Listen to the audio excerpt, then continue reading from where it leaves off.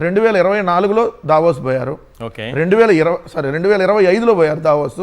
ఎందుకంటే 24 జనవరిలో జరుగుతూ ఉంటాయి దావోస్ ఎక్కువ. సో 2024 వీళ్ళు లేరు కదా, 2025 జనవరిలో పోయారు.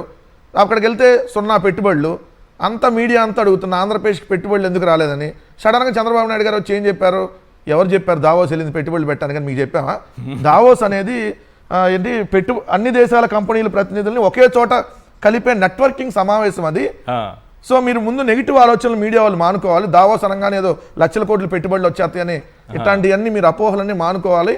దావోస్ వెళ్ళేది సరదాగా అందరిని అక్కడ కలిసి జాగ్రత్తగా ఉంచండి. ఎందుకంటే రేపు 10,000 కోట్లు వచ్చినా చంద్రబాబు నాయుడు గారే సాధించారు, ప్రపంచంలో ఎవరి వల్ల సాధ్యం కాలేదు. ఇంకా ఏం చెప్పారంటే సార్ అక్కడ గతంలో దావోస్ అంటే కేవలం ధనికులనే ముద్ర ఉండేది, అక్కడికి వెళ్తే ఓట్లు పోతాయన్న భయంతో రాజకీయ నాయకులు వెళ్ళేవారు కాదు. సో నేను ఎప్పుడైతే అంటే నేను సీఎం గా నేను వెళ్ళేప్పటి నుంచే మిగిలిన రాష్ట్రాల్లో రావటం మొదలు పెట్టారంట. 15 సార్లు వెళ్ళాడు ఇప్పుడు దావోస్. ఈ సమావేశంతో కలిగితే 15 సార్లు దావోస్ వెళ్ళిన ఏకైక ముఖ్యమంత్రి. నాకు తెలిసి 15,000 కోట్లు పెట్టుబడులు కూడా రాలి 15 సంవత్సరాలు. మీరు ఎట్లా చెప్తారు? 9 నెలల్లో 23.5 కోట్ల పెట్టుబడులు తెచ్చాము. అది పెద్ద ట్రాష్ చెప్పారు కాదు, అది పెద్ద ట్రాష్. దీంట్లో ముందు చెప్పేదానికంటే దావోస్ వెళ్ళడానికి ఏమన్నా అంటే ఐటీ అంటే ఏంటో మన వాళ్ళకి తెలియనప్పుడు ప్రపంచం అంతా తిరిగి కంపెనీలు తీసుకుని వచ్చి ఉద్యోగ అవకాశాలు ఇచ్చాను.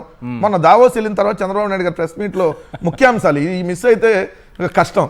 ఎందుకంటే తర్వాత నేను అప్పట్లో పీసీ అంటే పర్సనల్ కంప్యూటర్ అంటే అందరూ పీసీ అంటే పోలీస్ కానిస్టేబుల్ అని అర్థం చేసుకునేవాళ్ళు.